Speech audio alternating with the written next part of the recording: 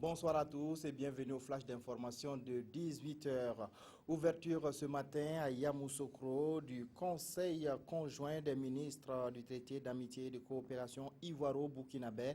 Les membres de l'exécutif des deux pays se sont penchés sur les 12 projets d'accord proposés par les experts. Ces travaux concernent les domaines comme les infrastructures routières et ferroviaires, la défense, la sécurité et l'intégration. Le Conseil des ministres conjoints s'est tenu sous la coprésidence de Daniel Kablan Duncan, Premier ministre de Côte d'Ivoire, et de Paul Kabatieba, Premier ministre du Burkina Faso. Et puis le président du Faso s'est envolé cet après-midi à destination de Yamoussoukro, où il prendra part ce 29 juillet à la conférence au sommet du traité d'amitié et de coopération entre les deux pays. Roch-Marc Christian Kaboré et Alassane Ouattara vont co-présider demain la cérémonie de signature du communiqué final du traité d'amitié et de coopération. Le mouvement des magistrats, l'intégration et la nomination d'auditeurs de justice, 2 points à l'ordre du jour de la première session du Conseil supérieur de la magistrature. Les travaux de cette première session du Conseil supérieur de la magistrature ont débuté ce matin à Ouagadougou. Il compte sur le Haut Conseil pour la réconciliation et l'unité nationale pour être rétablis dans leurs droits.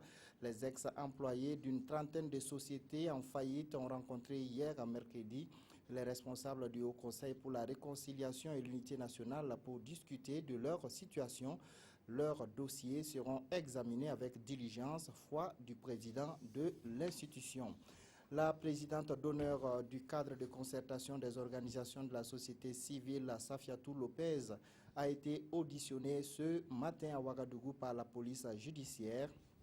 Cette audition fait suite à ses déclarations lors d'un sit-in de son mouvement devant le palais de justice le 2 juin dernier.